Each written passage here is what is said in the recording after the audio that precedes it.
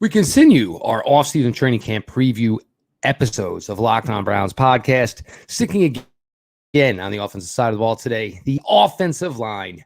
Will they continue the dominant run they've had over the last few years? Does age show up? Can some play maybe step up? All this and more. Jeff Lloyd, your latest Locked On Browns. You are Locked On Browns, your daily Cleveland Browns podcast. Part of the Locked On Podcast Network. Your team every day.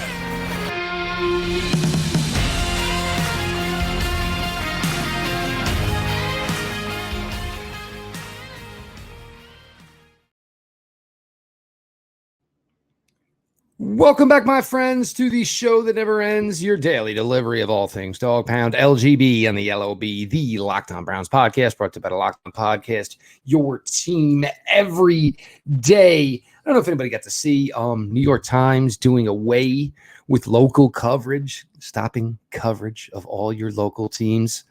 It's crazy, crazy theory, certainly, when you work here at the Locked On Podcast Network, because our thought and our theories are we're trying to give you as much coverage as we can of your favorite team every day. Always appreciate everybody here who makes Locked On Browns their first listen every single day. Join the Everydayer Club and make sure you subscribe to the Locked On Browns podcast here on YouTube.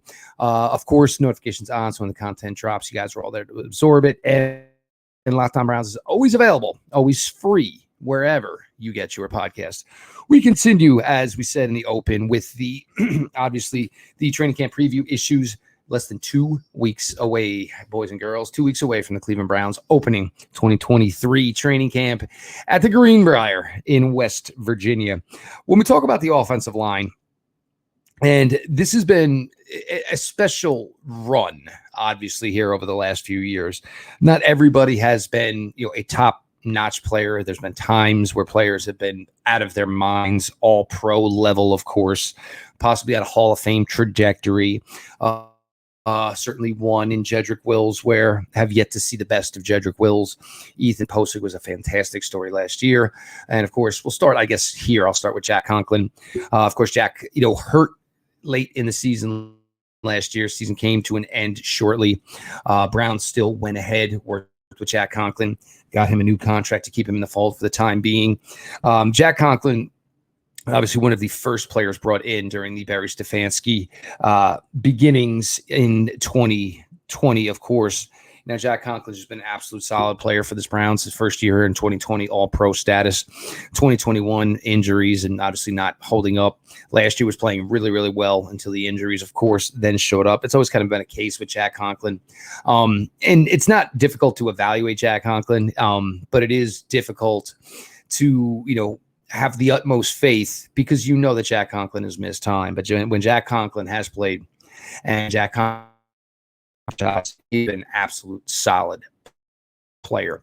We get next Wyatt Teller, of course. Wyatt Teller, this will actually, and this is crazy. This is Wyatt Teller's fifth season with the Cleveland Browns. So if you ever want to know about, think about how fast time goes, Wyatt Teller, this is his fifth year here in Cleveland.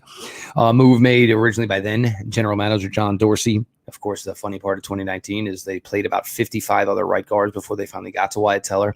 And Wyatt Teller basically just took the job and absolutely has run with it ever since. There's been times where Wyatt injured, played injured, not at the best of his abilities. But even when he was out there, certainly a above average guard. Wyatt Teller has been a solid player for this team. And the interior of this Browns offensive line last year was great.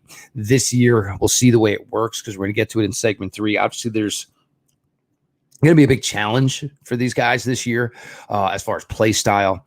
And, something I don't want to say something that's not comfortable with, but it's going to be taken a little bit out of their comfort zone as this team has been so run heavy under the Stefanski regime.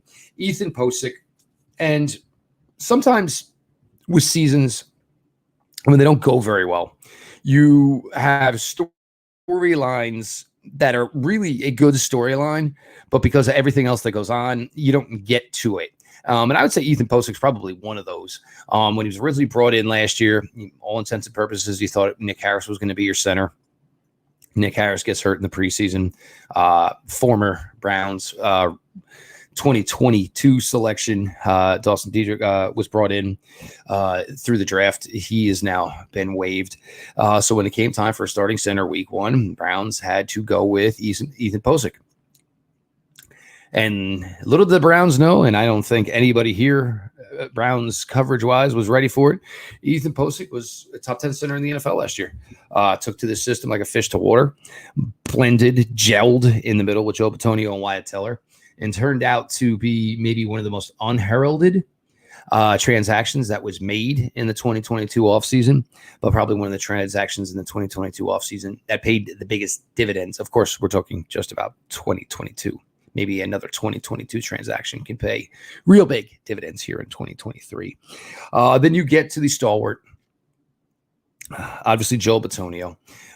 They're really, you're getting to the point where there's not much more we can say about a player of Joel's caliber, his leadership. Again, another player that, treats the Cleveland area like it's the greatest area in the world. He considers this franchise one of the best franchises in the NFL. He boasts about his city. He boasts about his franchise.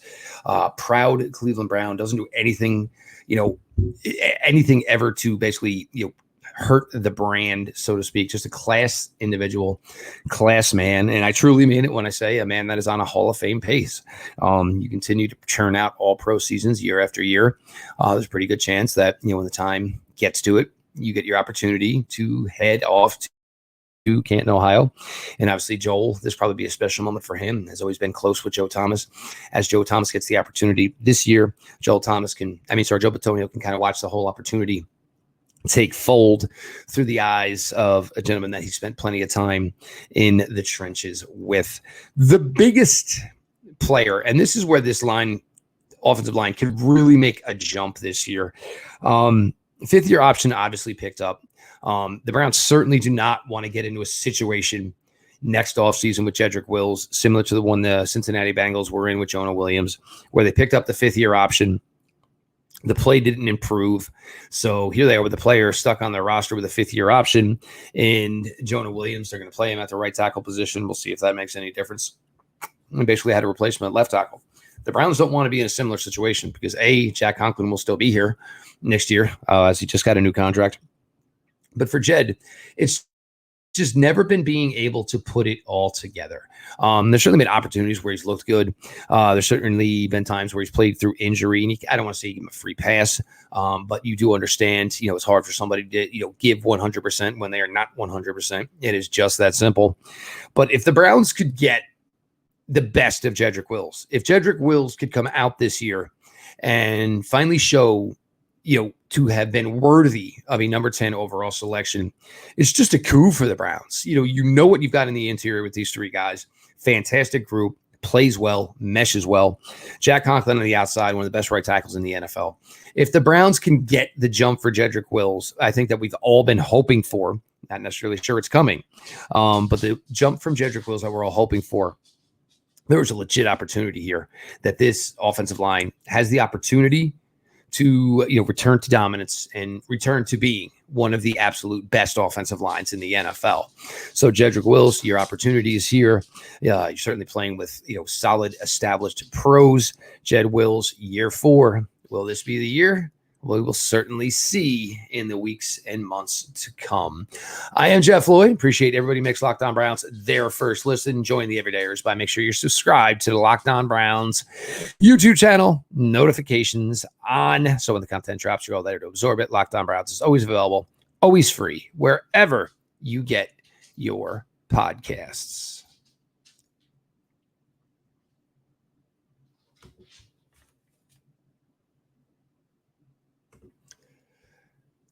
These days, every new potential hire can feel like a high-stakes wager for your small business. You want to be 100% certain that you have access to the best qualified candidates available. That's why you have to check out LinkedIn Jobs. LinkedIn Jobs helps find the right people for your team faster and for free. Look, you just go in, You create the job. You tell them what you're looking for, specifics as far as education, experience, what you are trained at, what you were able to do computer-wise, and then you just add your job and the purple hashtag hiring frame to your LinkedIn profile to spread the word that you are hiring.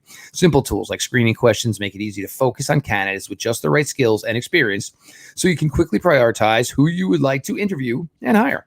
It's why small businesses rate LinkedIn Jobs #1 in delivering quality hires versus leading competitors. LinkedIn Jobs helps you find the qualified candidates you want to talk to faster. Post your job for free at linkedin.com/LockedOnNFL. That is linkedin.com/LockedOnNFL to post your job for free. Terms and conditions do apply.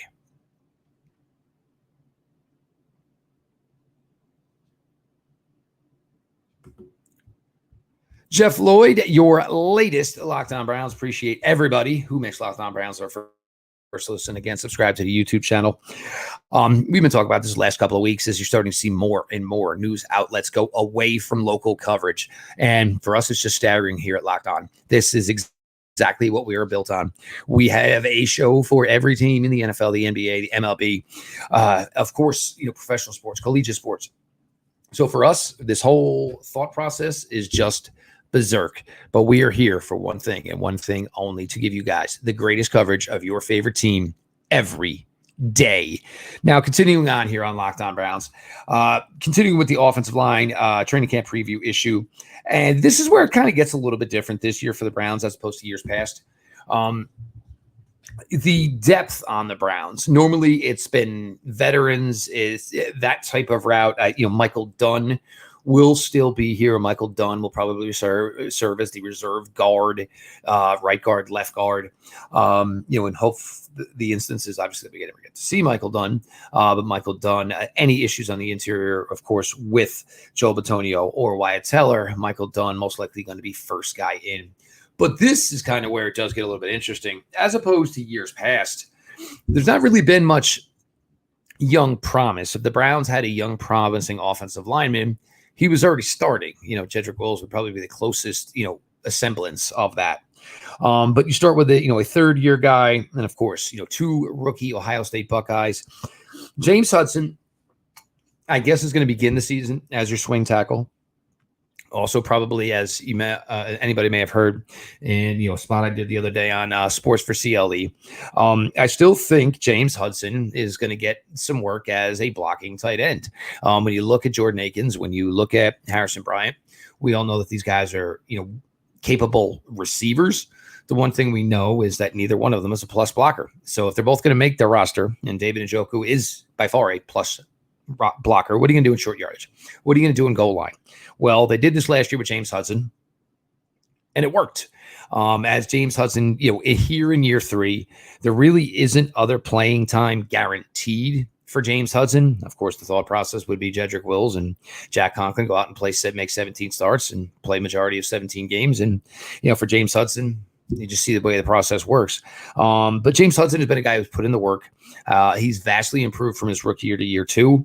The question will be, how much do we get to see him here in year 3 to see where the improvement is at, to see if there even is a possibility, if Jed doesn't reach that threshold, that the Browns would have an opening at left tackle in 2024. Would they even get an opportunity to see either James Hudson get that opportunity, or do we get to rookie offensive tackle DeJuan Jones, of course, out of Ohio State? Just a mammoth human being. There is the continent theory that me and some of my friends like to spew and talking about a guy like DeJuan Jones. Doesn't really matter, how physical he is, how long he can hold his block. It kind of takes a while to run around a man who is 6'8" and 350 pounds. So even if Jones doesn't get a hand on you, it's going to take you 2-3 seconds, and hopefully at that point the ball's out of the quarterback hands. But DeJuan Jones, primarily a right tackle in his time at Columbus, as I'm sure all of you guys know here, most of the listeners here, obviously Ohio State fans. Had a great week down at the Senior Bowl, I should say, a great couple of days, put together a couple of good practices, then essentially just shut it down and let the draft process play out. The Browns, I think, got a player that they really, really like. I think the Browns with Bill Callahan, you're getting to the point where, you understand that you're probably closer to the end of Bill Callahan's run in Cleveland, certainly, than you are the beginning of Bill Callahan's run in Cleveland. And this is one, you go out, you get him another piece, you get him another stone, and you say, here, carve it, chisel it, go find a way and see if this, and with DeJuan Jones, and obviously, what the people feel the questions are, is he committed? Is he not committed? And I'm not going to get into all that anymore, because I think DeJuan Jones, once people understood how much he enjoyed the game of basketball, this was something that he couldn't run away from. So, maybe he said at one point he wanted to play basketball. Who knows? Maybe he even did. But 6'8", 350 is probably not going to work so much on a basketball court as it is on a football field. But here's where you try to get this player. You try to take this player. You try to develop this player. Of course, it's going to take more than just on-field stuff. DeJuan Jones himself is going to get a little more committed.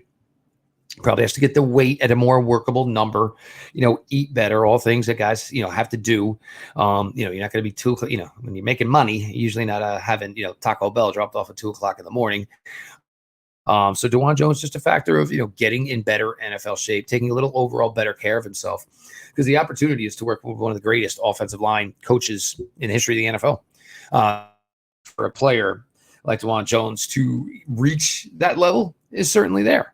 So for DeJuan Jones, obviously with an offensive line coach like Bill Callahan, it's just a matter of putting it all together. Of course, we get to the other Ohio State rookie. And last year, as I had mentioned, it was Nick Harris. Of course, Ethan Pocic, and then of course Dawson Jedrick. Nick Harris still on the Browns roster, technically probably considered the second string center.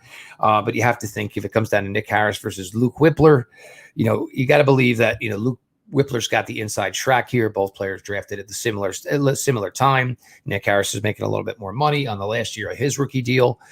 Nick Harris, there could be an opportunity here for the Browns if somebody loses a center in camp. And Nick Harris shows that the knee is 100%, shows he's back to what the promise the Browns thought of him when they were originally going to let him be the starter in 2022. Maybe the Browns can move him on, and Nick Harris can get that opportunity, back, because Ethan Pocic just straight took his job when he went down with his injury. Browns re-signed Ethan Pocic while Nick Harris was rehabbing. We'll see how it works for Nick Harris. It's, that's always a tough story, because the young man put in the time, put in the effort, finally got his opportunity. And sadly, he's never really going to get to become the starting center for the Cleveland Browns. So that gets us to Luke Wypler, obviously the rookie out of Ohio State. I think maybe a little underappreciated during the draft cycle. And I think part of that was maybe some people were surprised that Luke Wypler opted to go pro. But for me, local Jersey guy, totally get it. For a player like Wypler, for me, it's always nice to have a little Jersey flavor. But he and David Njoku on the roster, played at a prominent program here in New Jersey. Obviously, played at one of the most prominent programs in the entire country at Ohio State. And there's still work to be done, strength, to be improved upon. Certainly a little more time in the weight room is not going to hurt him. There's nothing else you can truly do with him at this point. Until his body totally develops, we have no idea if he could even possibly take some reps at guard. But right now he's a center. He is the backup center. So you look at it and, whether they keep 9, whether they keep 10, I don't know if the Browns are necessarily, and this is one of the advantages you have with Bill Callahan, is he is so good that the Browns might be able to keep a capable backup on the practice squad that they would only have to elevate on game weeks, because we've seen Callahan work wonders with some of the guys that he's up there opportunity to work with. So it's certainly possible here that Callahan could find somebody that they could stash away on the practice squad, and he could keep him game ready for when the opportunity comes. But, your backup left tackle most likely is James Hudson. Your backup right tackle for now, I believe, would be DeJuan Jones. We'll see how that path continues. And certainly something to watch in the summer to see where those two gentlemen get their reps. Michael Dunn, you figure, is your first off the bench, whether it's guard, right or left. He's first, probably one in. God forbid he's needed. Luke Wypler, and probably the center in waiting. Certainly an opportunity for Luke Wypler, but it's going to be Ethan Posic's show this year, as Luke Wypler maybe gets what he should have gotten if he had spent that last season in Columbus. I am Jeff Lloyd. We continue here on Locked On Browns. We're going to get to segment 3 here. We're going to talk about the challenge in front of this Cleveland Browns offensive line. Obviously, a big change coming offensively here this fall as a team fully commits to a 17-game season with Deshaun Watson, and we'll see the way it all plays out.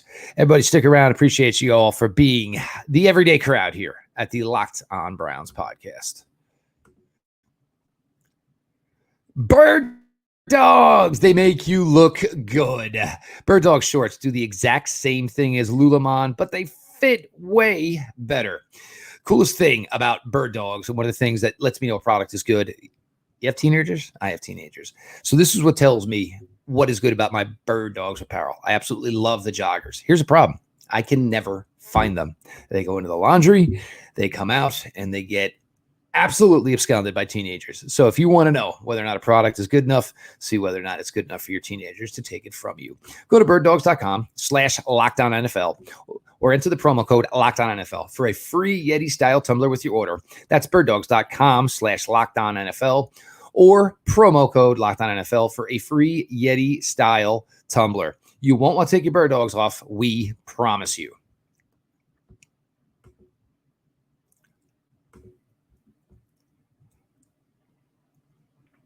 I am Jeff Lloyd, your host here at Locked On Browns, as we continue. First show out of the weekend. Hope everybody had a fantastic weekend. And like I said, enjoy this weekend coming up, because that is it, folks. It is full-time Cleveland Browns. 2 weekends from now is the Browns, July 17th. I'm sorry, not even July 17th. I'm sorry, July 22nd. Kick it all off at the Greenbrier in West Virginia. Appreciate all the everydayers who make Locked On Browns their first listen. Subscribe on the YouTube channel. Locked On Browns, always available, always free. And while all these big media outlets start kicking out local coverage, us over here at the Locked On Podcast Network, we just smile bigger and bigger and bigger, because this is what we think is what every fan wants. Your team every day. Now, huge, obviously, changes come for the Cleveland Browns this season, and understandably so. With Deshaun Watson and missing the first 11 games of last year, again, it was such a weird situation, as you had this offense for Jacoby Brissett for 11 games. The team goes 4-7. Now you got 6 games, Deshaun Watson, and you try to shift to it. It didn't always work well. There was some bad weather. You had a quarterback who was getting acclimated almost after 2 calendar years away from the game. And, at times you saw a pretty poor product. But now with this team, and obviously everything's settled, Deshaun Watson here for 17 games, making moves for Elijah Moore, Marquise Goodwin, Cedric Tillman, Cam Akins, all of this skill brought in. The writing was on the wall. I don't think any of us were fooled. I think every one of us expected it, that this team was now going to transition to a pass-first team. Of course, Nick Chubb's still involved. I just think Nick Chubb going to get more possibilities as a receiver than maybe carries, save his legs, keep him fresh for January, hopefully for February 11th. Just a suggestion, perhaps, maybe. But this offensive line, and now look, we know the unit they have been as far as a running game offensive line. They've been absolutely fantastic with this wide zone system. They've played well with Nick Chubb. This team has dominated. You look at Nick Chubb statistically in the 4 years that of the Barry Stefanski regime, 5 yards per carry. Imagine a running back averaging 5 yards per carry every year in the NFL. Well, sometimes you got to give credit to the guys that are helping you do just that. And certainly that is the case, with Jedrick Wills, Joe Bitonio, Ethan Pocic, Wyatt Teller, and of course, Jack Conklin. This unit has been fantastic. Now, as it's going to be more of a shotgun.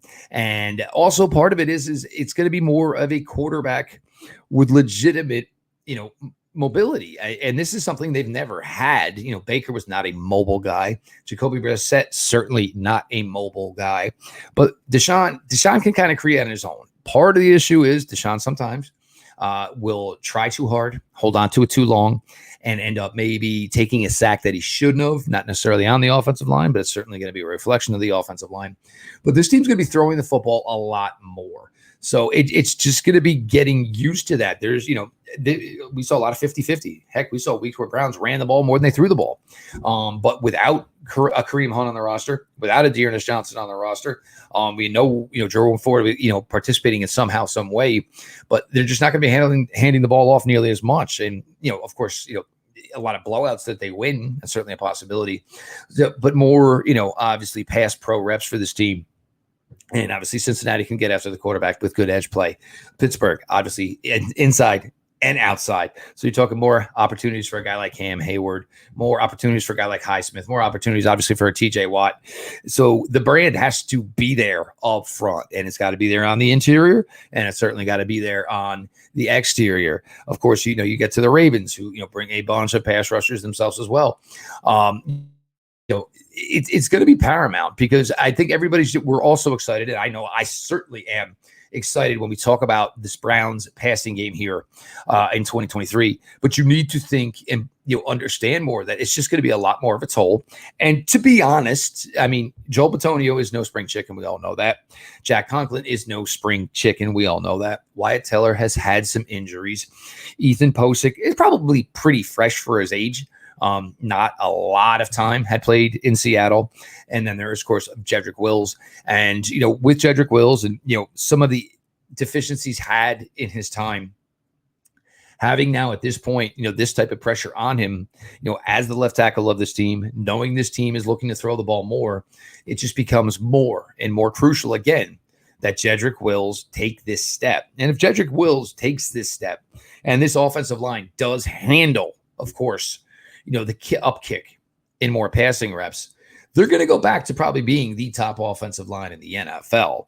They still have Bill Callahan that makes the whole machine work, but you have just absolute true professionals in Joe Bitonio and Wyatt Teller and Jack Conklin. You found an absolute steal and a gem last year when this team went out and obviously brought in Ethan Pocic. All that went on, and then all of a sudden, Ethan Pocic became your starting center and excelled. I wasn't sure the Browns were going to get Ethan Pocic back. I thought he might be able to price himself out. Center markets are always really, really difficult. There's only 32 of them technically really needed in the NFL, and a lot of those holes are kind of filled usually. But the Browns got a coup getting Ethan Pocic back. And Jedrick Wills, can this fourth-year jump happen? Can he turn it around? Can he become everything the Browns thought they were getting when they drafted him 10th overall in the 2020 NFL draft?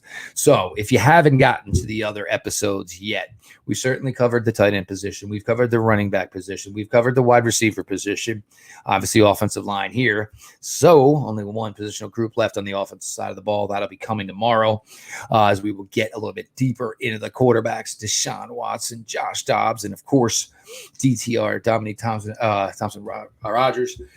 Dorian Thompson-Rogers, man, it is DTR. I just got to stop. I am absolutely butchering that kid's name. It is going to be DTR from now and forever. But we focused again here on the offensive line. I think the return is going to be there. So some of the questions about 2022, I think, are going to get resolved. I'm really excited about the youth on this offensive line. We might not get to see a ton of them in the regular season. So preseason, maybe going to be a hope for Hudson, obviously Jones, and of course, Luke Wypler. And as this team transitions to a passing team, it's going to be a lot different than we've seen from this offensive line in our first 4 years here. Obviously, our first 3 years here of the Kevin Stefanski and Andrew Berry era. I am Jeff Lloyd, host here at Locked On Browns. We are here Monday through Friday. I don't want to hear anything about these big outlets doing away with local team coverage. I've got your local team coverage. I've got your local Browns coverage every single day. Make sure you're following at Jeff_LJ_Lloyd, the show at Locked On Browns. Of course, as always, I appreciate all of you who make Locked On Browns your first listen. Join the Everydayers. Subscribe to the Locked On Browns YouTube channel. Locked On Browns, always available, always free, wherever you get your podcasts. This has been your daily delivery of all things Dog Pound. LGB on the LOB. Let's go, Browns.